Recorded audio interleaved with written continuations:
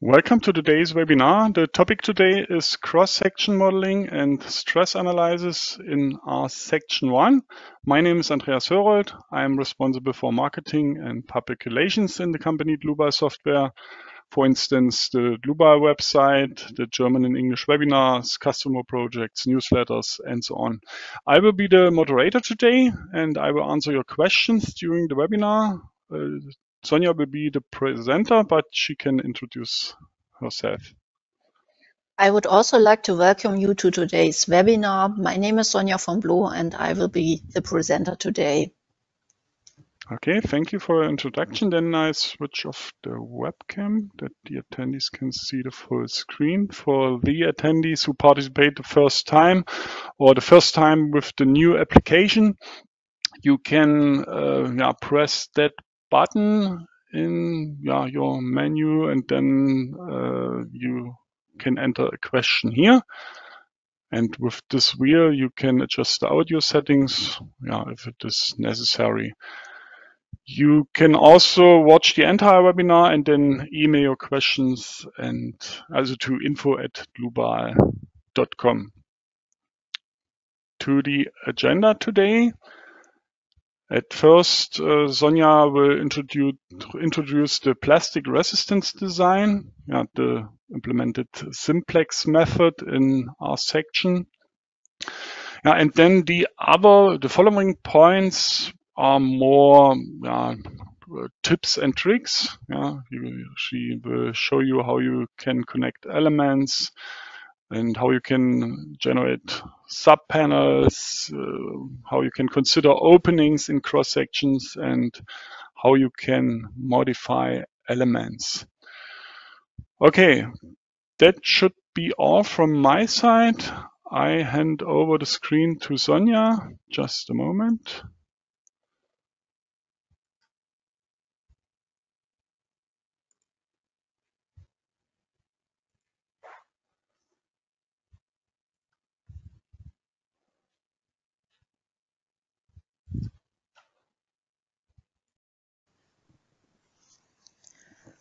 I would first like to show you how to determine the plastic cross-section resistance of general cross-sections.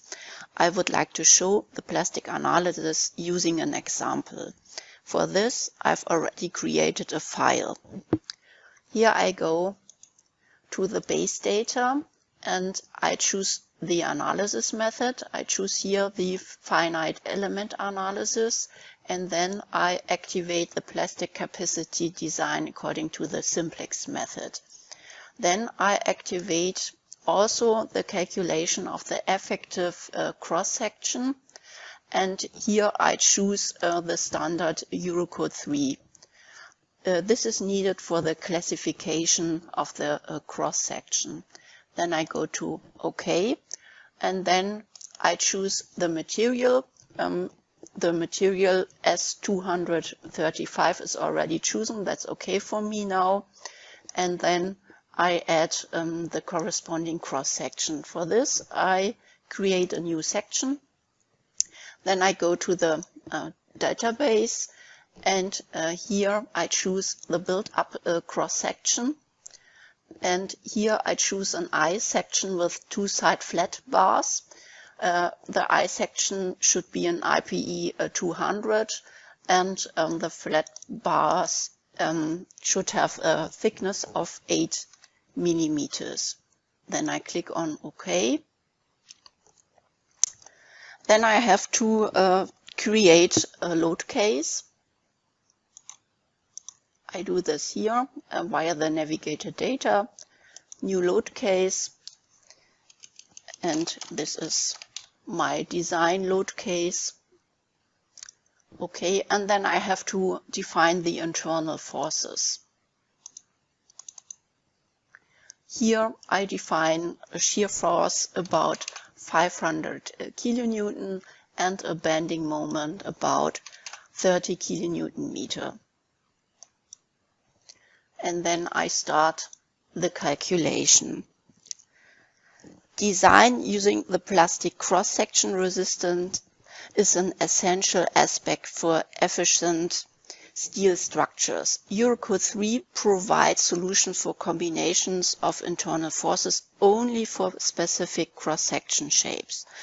The plastic cross-section resistance, considering various combinations of internal forces, can be determined in our section using the simplex method. The simplex method is an optimization procedure in which the cross-section is divided into numerous elements.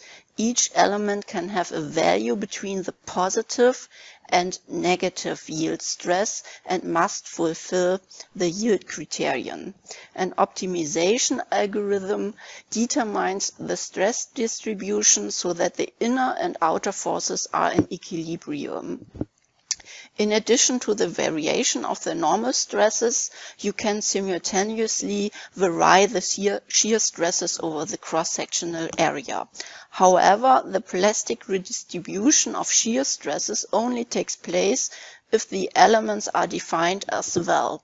In this cross-section also elements are defined, so the redistribution of shear stresses takes place. If no elements are defined, the shear stresses are important from a previous elastic design. Thus, the shear stresses represent input parameters of the linear optimization, whereas the normal stresses are explicit variables for the optimization. According to Eurocode 3, the plastic cross-section resistance may be utilized for class 1 and class 2 cross-sections.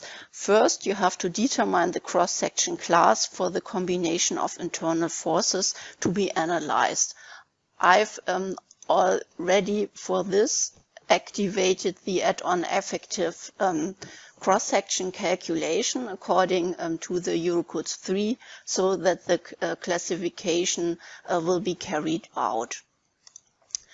And I want to show you now the classification. For this, I choose here on the table the effective thin wall analysis, and here I choose the section classification, and here I can see this cross-section falls into class 1, so it's possible to do a plastic design. Then I want to check the elastic design, and to do this I open here the finite element analysis results, and I switch to the stresses. And here a stress, an equivalent stress according to von Mises is calculated about 280 Newton per square millimeter, and this results in a stress ratio over 1, so the design is not fulfilled. Then I want to see the plastic results, and for this I open here the table plastic capacity design, and then I look to the enlargement factor. On the plastic calculation, the enlargement factor alpha is determined. The enlargement factor implies that the plastic capacity of the section is attained if all internal forces and moments are uniformly multiplied with it. In the case of a factor greater than 1, I can increase the internal forces by this factor. In the case of a factor smaller than 1, the design is not fulfilled. The enlargement factor is here greater than 1, so the plastic design is fulfilled. Now I would also like to analyze which enlargement factor would result without the redistribution of shear stresses. This is the solution that is also implemented in shape thin. To do this, I explode the cross-section into its individual elements, and I choose here for this this option explode. and then I delete all elements. And then I go to the base data and I deactivate the calculation of the effective cross-section, because for the calculation of the effective cross-section elements are necessary. And I click here on OK and I start the calculation. And then I look to the plastic capacity design results. And here the enlargement factor is less than 1. That means that the design is not fulfilled without the redistribution of the shear stresses. Then I want to go to the next topic of the webinar. I would like to explain to you when elements are connected to each other and how this connection can be created. Elements are connected if they share a common point. To explain this, I would like to show you a few examples. For this, I first create a new file, and I name this file example2, and I choose the analysis method, a thin-walled analysis. Then I click on OK. I create 2 elements first, and I do this via the graphical input. Here I choose a single element. I define a thickness about 10 millimeter, and then I create the first element and then the second element.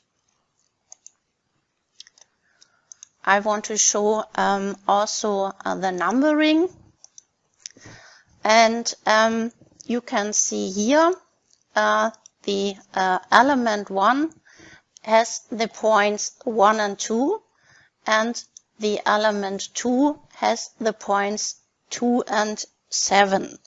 Elements 1 and 2 are connected because they share the same point 2 that's here in the middle. I then want to show you another example where 2 elements cross each other. For this, I delete these elements, and I deactivate the option Auto Connect Lines and Elements, and I also deactivate the option Auto Split Elements. Then I create the first element, and then a second element that crosses the other element. The elements are not splitted in their intersection point because I've beforehand deactivated this option Auto Connect Lines and Elements. Therefore, I have only 2 elements, this element here above, and then this crossing elements. And the elements 1 has the points 1 and 2. The element 2 has the points 7 and 8. So they do not share the same points. Therefore, they are not connected. If I start the calculation, I get a plausibility check error that the part consists of several unconnected elements. If I want to create this connection, I can do this afterwards. For this, I choose here this function Connect Lines and Elements, and then I draw a rectangle over the intersection. And now you can see this element here above is splitted into 2 elements. You can see this also in the navigator data. And now all 3 elements share the same point, and that's the point 8, and that's why the cross-section is connected. if I now start the calculation, I didn't get this plausibility warning anymore. Then I want to show another examples with two cross sections. For this, I delete the elements here, and then I insert a new section. And the first cross section is an UPN 200. I choose it here.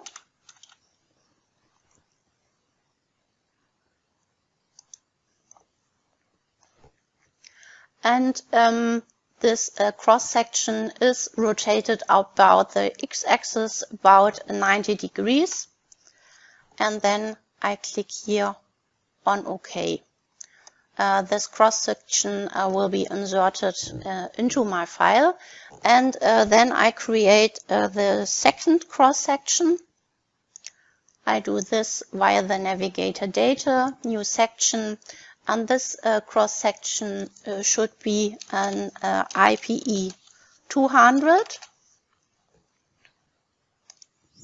I choose this cross-section, and I want to put this cross-section on this point on here, this location. And then I click on OK. The elements of cross-section 1 are not connected to the elements of cross-section 2, as they do not share any common points. If I want to create this connection, it's first necessary to divide the cross-sections into their individual objects. That means in their points, lines, elements, parts, and so on. This is necessary that you can edit the individual objects. To do this, I go to the navigator data, and then I select the two cross sections, and then I click here on explode. The connection can be created using an element, and for this, I want to create a connection where the two cross sections are welded. This is here on this location and on this location. To do this, I create a new element, and I choose here a thickness about 0 millimeter, and I have to define the effective thickness for shear transfer, because the shear is transferred via the welds. And here I define a shear thickness that corresponds to the thickness of the weld, and that's 5 millimeter. Then I create here this connection.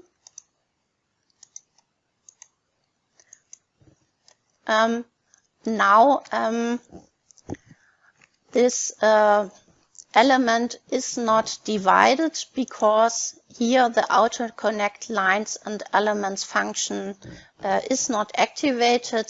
So I choose here this function again to connect lines and elements. So that here the connection will be created. Now this element, this web, is divided into 3 parts.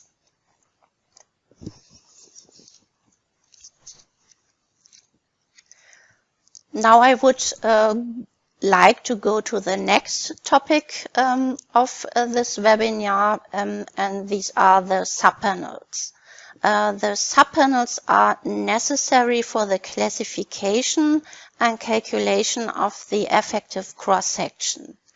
the subpanels are generated automatically based on the standard selected in the base data. Subpanels can only be generated if elements are defined as vals. The standards Eurocode 3 and Eurocode 9 only provide rules for the generation of subpanels for constant element thicknesses. Therefore, subpanels are only generated if the boundary lines of the part are equal to the element edges and if no other part is connected.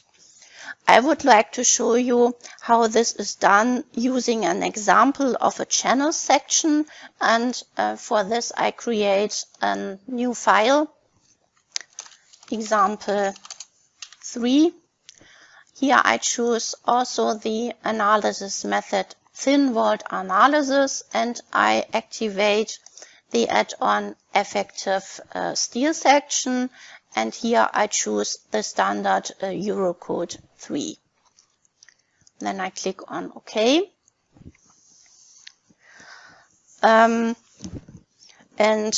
I insert then a channel section from the cross-section library. To do this, I open the library, new section, go to the library, choose here this channel section, and then I explode this channel section in its individual parts by this button.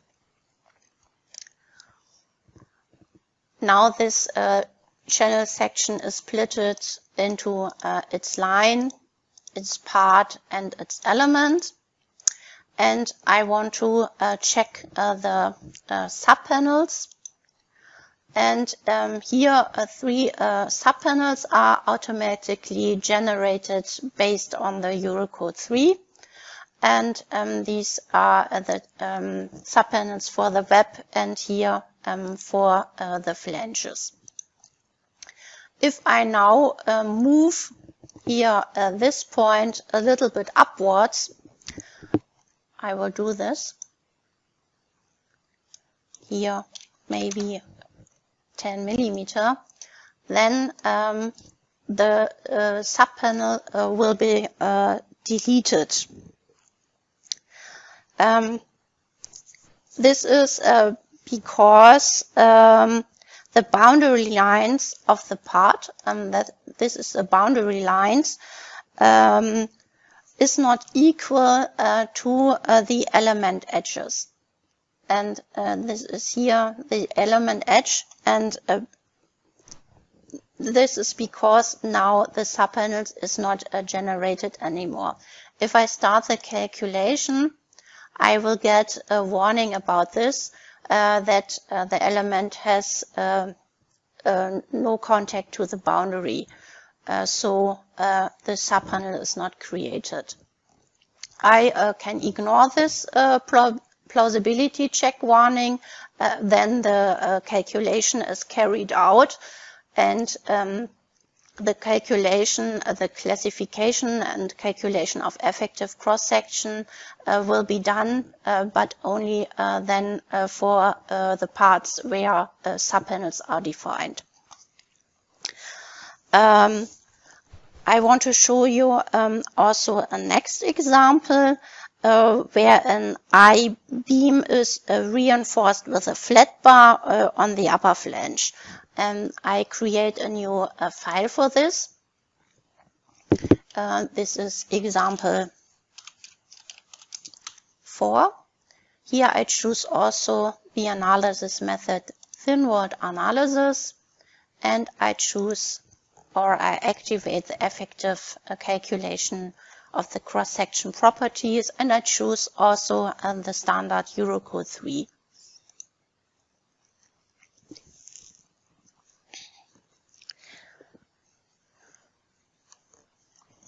Here I deactivate the auto-connect lines and element function beforehand, because I don't want that the parts of the cross-section will be merged as one part. then I insert the cross sections. To do this, I go to the navigator data, open new section, and the first cross section is an AHB 200.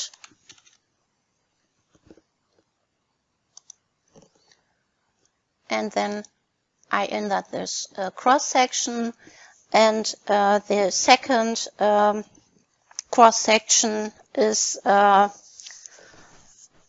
flat bar, and I insert this also via the cross section library, new section, open the cross section library, go here to bars, and the width should be 160 millimeter and the thickness 10 millimeter. Then I go to the tab section location, and I want to put here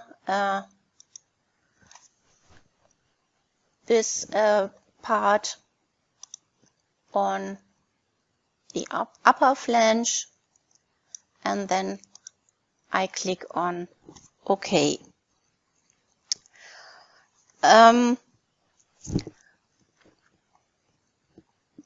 Then I explode the two cross sections into its individual objects.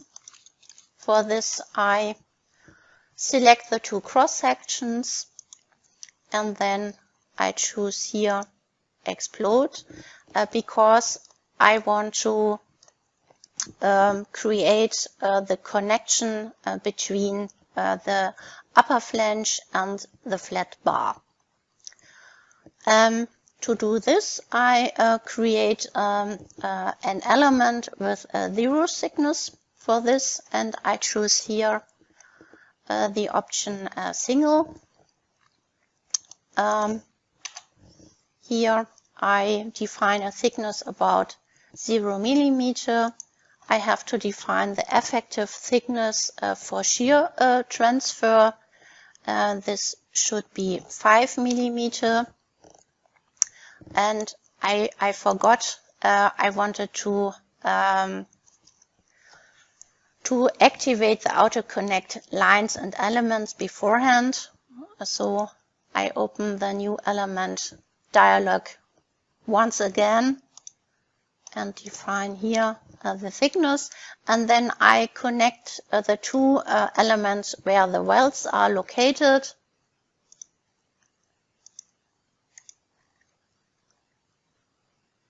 Here on this side and on the other side. And now you can see that the subpanels are generated automatically. The subpanels are not created here in the location where the reinforcement is defined, where the flat bar lays on top of the flange. It's because the element edges correspond to the boundary lines of the respective parts, but the parts are directly adjacent to each other, so that no subpanels are created for the upper flange and for the flat bar. If I want to create subpanels for the flange and the flat bar, a distance between the parts with their elements has to be created. That's because I've deactivated before I explode the cross section into its individual part this option, because I wanted to have the two parts separately, so that I can now move this part a little bit upwards.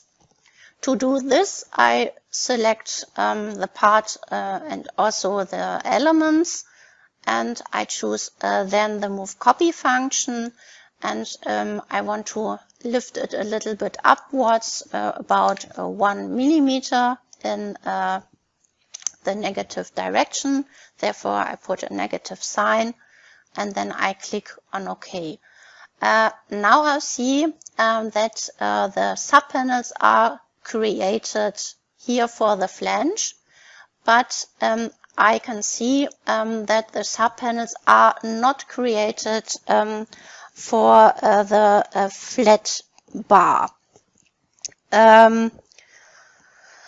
The subpanel for the flat bar is not created because elements with thickness 0 are not considered when creating supports of the subpanels. You can see it also here. The element with 0 thickness is connected to this point, but this element with 0 thickness is not considered as a support, so therefore you don't have a support here on this location. If I want to have a support there, and if I want to have subpanels for the flat bar, it's necessary to create an element with a thickness bigger than 0. I want to do this now, and for this I delete the elements with 0 thickness beforehand. And then I create here a new element, and I define a thickness that's equal to the thickness of the weld.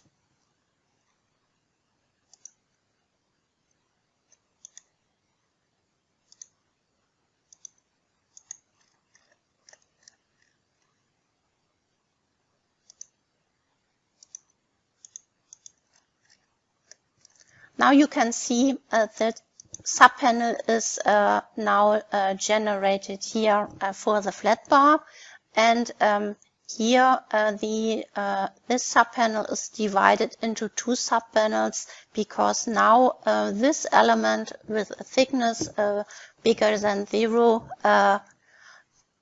is considered as a support.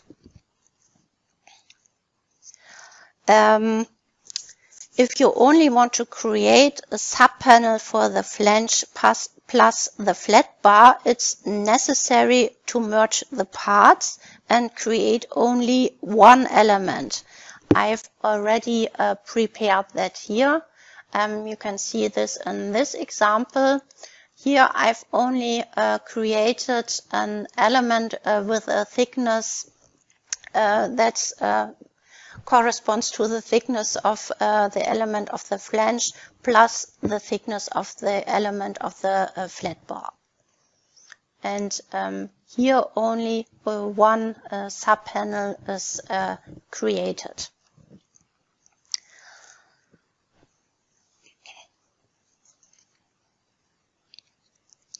Now I'd like to move on to the next topic of this webinar.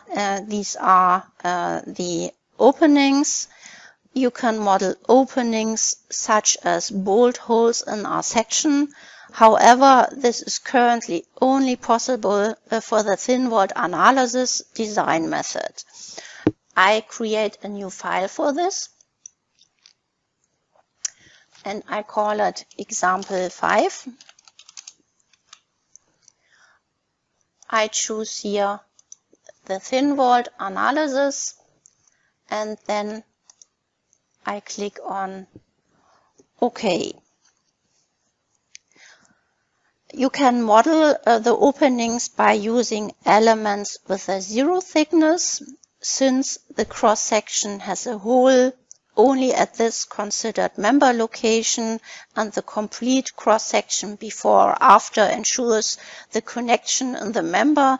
The cross-section is connected, and it's also possible to transfer the shear. Therefore, I have to define effective thickness for shear transfer. I will do this now. I want to create a channel section with a hole in its web. I choose here a new element define here the thickness of the flange. And then I create the flange, and then I create the element to the location where the hole is. And then I want to create the hole, and for this I define a thickness of 0 millimeter and define here a thickness for shear transfer about 10 millimeter.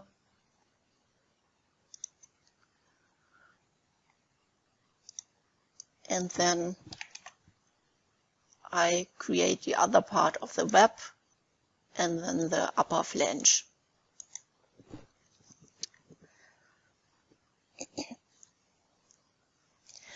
When calculating the stresses or the shear stresses, each zero element is fully considered with its effective thickness.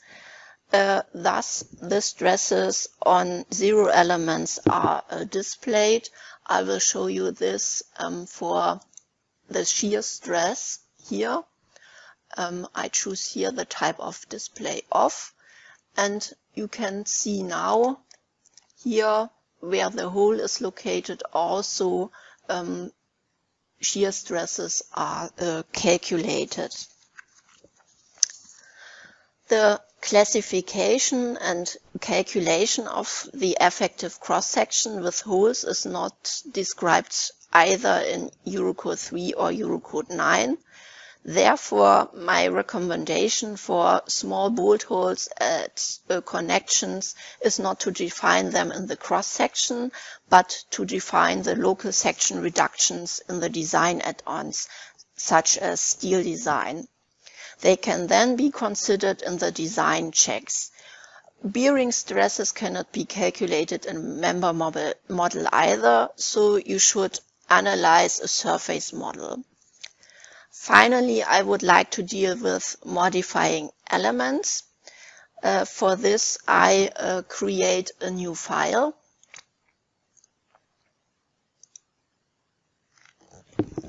I name it example 6. I choose here the analysis method, thin wall analysis, and then I click on OK. Elements must always lie in a part, so that's necessary to create also a part. If you change elements, you must also adjust the corresponding part. It's necessary to adjust the part because the part is considered in most of the cross-section properties, such as the cross-section area or the moment of inertia, even when analyzing thin wall structures.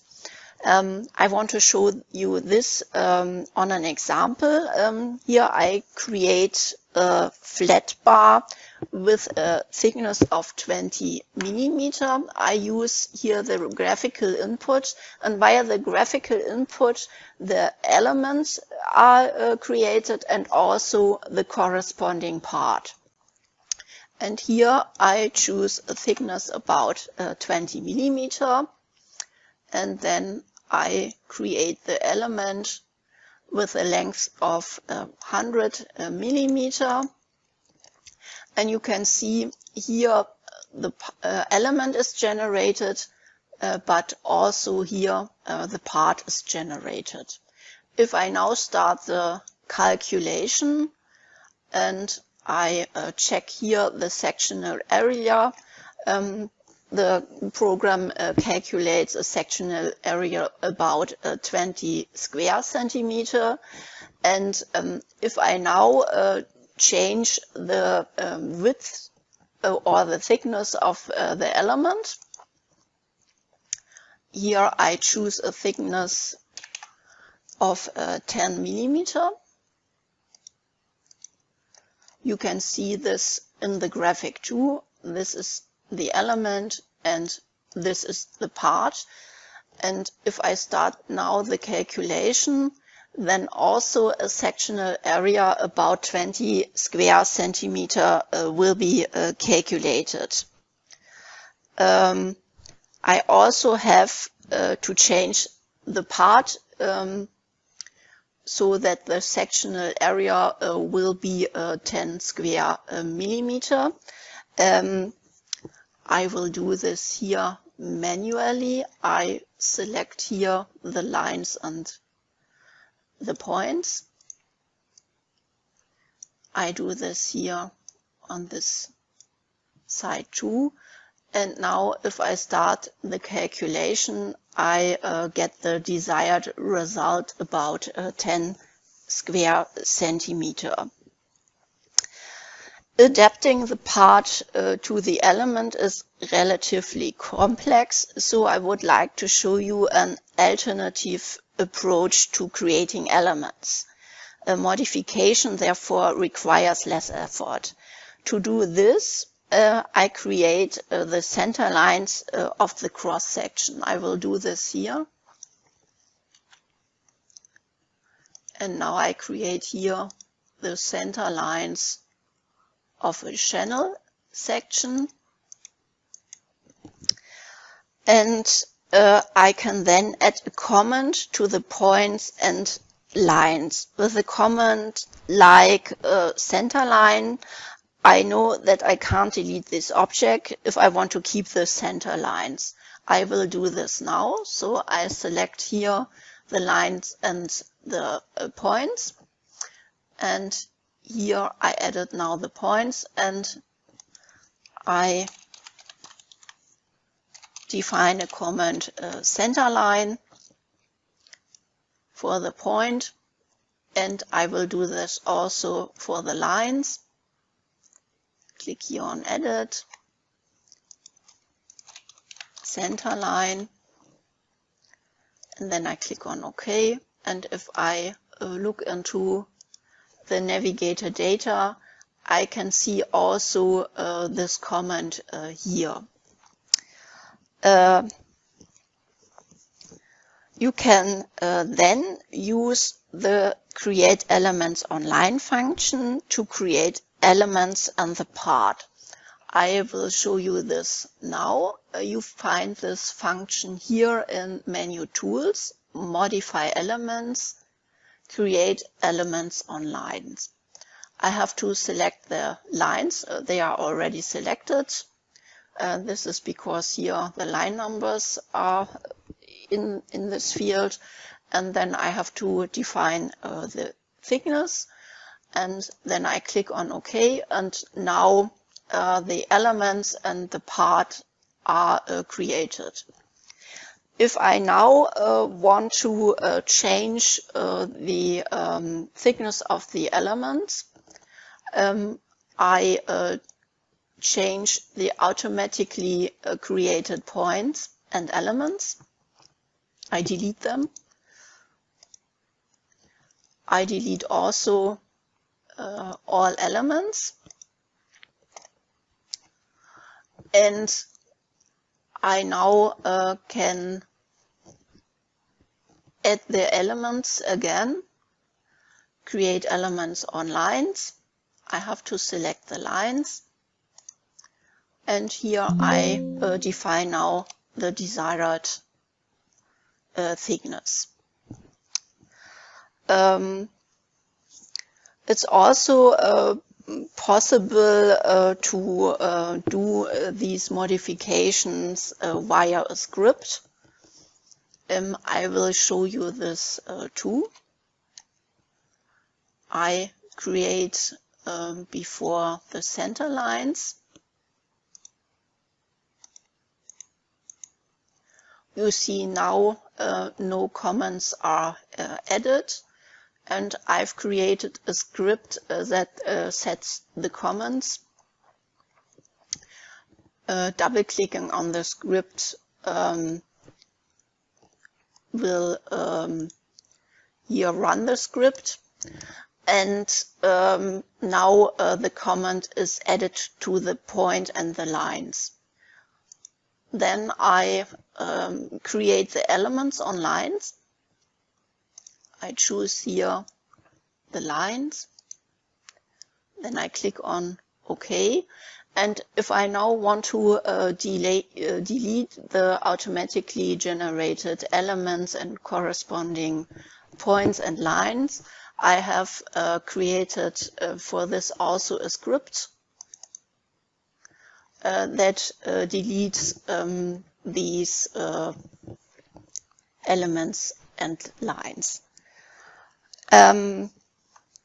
This brings me to the end of the webinar. I will now give the floor back to Andreas. Okay, thank you, Sonja, for your presentation. I hand over the screen to mine. Just a moment.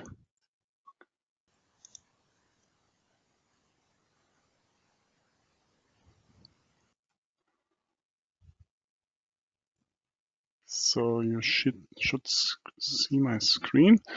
Before I will show you the website and to show you where you can find the recording and the models and so on, I would like to give you an offer. You can book your free online appointment anytime. For example, for a product demonstration. You can also ask for a non-binding offer of any of our products.